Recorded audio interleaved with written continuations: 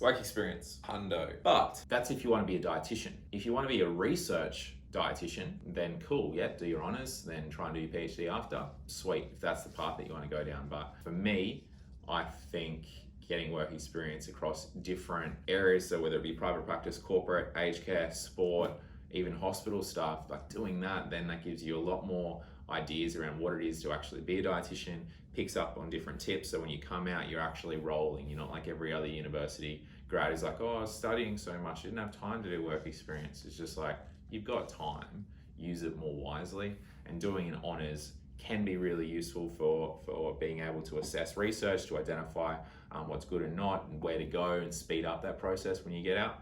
But in terms of job prospects, yeah, it's not really going to help you too much, other than if you're looking to do further research in a PhD capacity in the very, very near future. What is your favourite HBHE supplement and why? I don't prescribe a lot of nutrition supplements.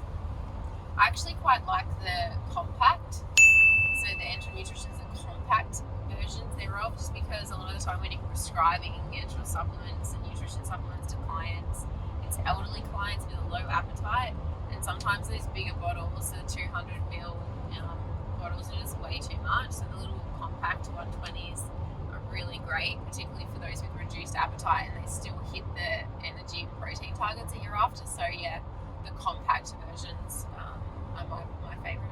Of course. Do you want to elaborate? Don't want to elaborate? Yeah, well, it just makes sense. Like, there's no reason to take it away. The only way they would take it away is because it saves them money if they take it away. So yes, they should definitely keep the rebates up. It's useful. Still, clients want to see people face to face. So when that opens, you're not going to be just utilizing telehealth. And I think there's a lot to be said for seeing people face to face. But that option for those people in rural areas, regional areas, people that don't have the capacity to go outside their home for whatever reason, to not give them the opportunity to access the same level of healthcare is just wrong. Just be yourself and adapt yourself to suit the client.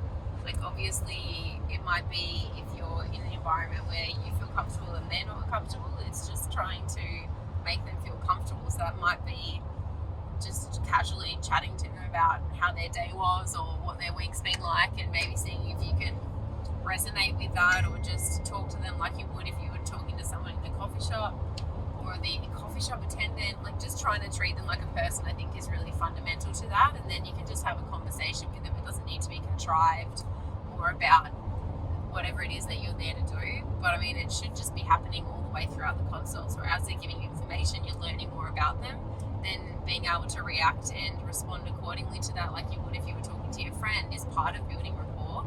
And you don't need to force it. It just should be something that happens naturally. So don't stick it at the end and the beginning thinking that that's the time where you build rapport. It should be all the way throughout. Yeah, it's because most of the people that get into dietetics are mostly English people rather than math people.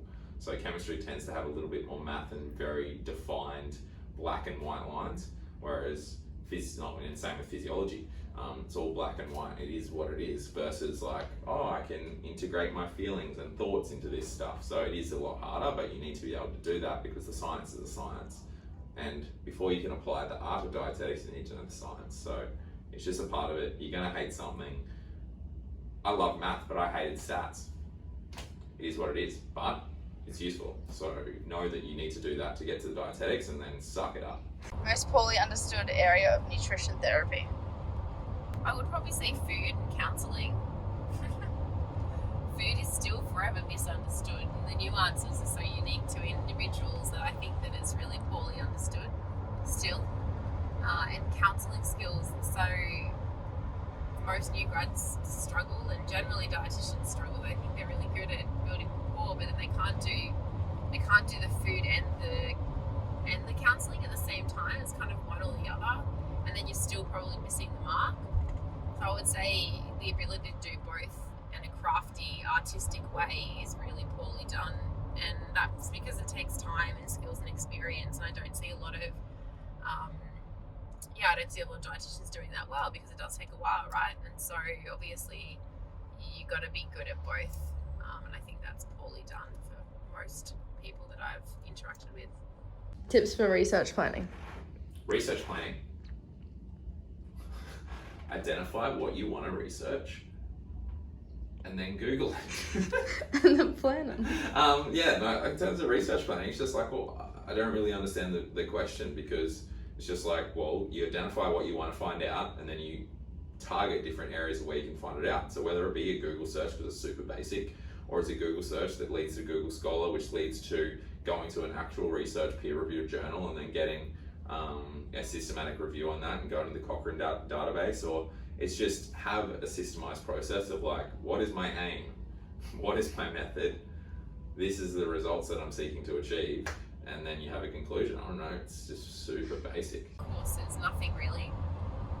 Some of the Baker IDI ones, I haven't done them, but they're very specifically geared towards diabetes, so that might be good. Go and talk to a diabetes educator. They can give you a lot of information. Go and talk to a GP. They can also give you a lot of information about what they prescribe and how they treat and manage. Go and read the clinical practice guidelines. Go and read the practice statements from Diabetes Australia. They're always good to read. And then outside of that is just see clients in diabetes. There's no two clients are the same in terms of how they and their diabetes are and are managed. So over time you'll see common symptoms and commonalities, and because it's something that you need to learn, and it's not something you're instantly going to get from a course unless you're a diabetes educator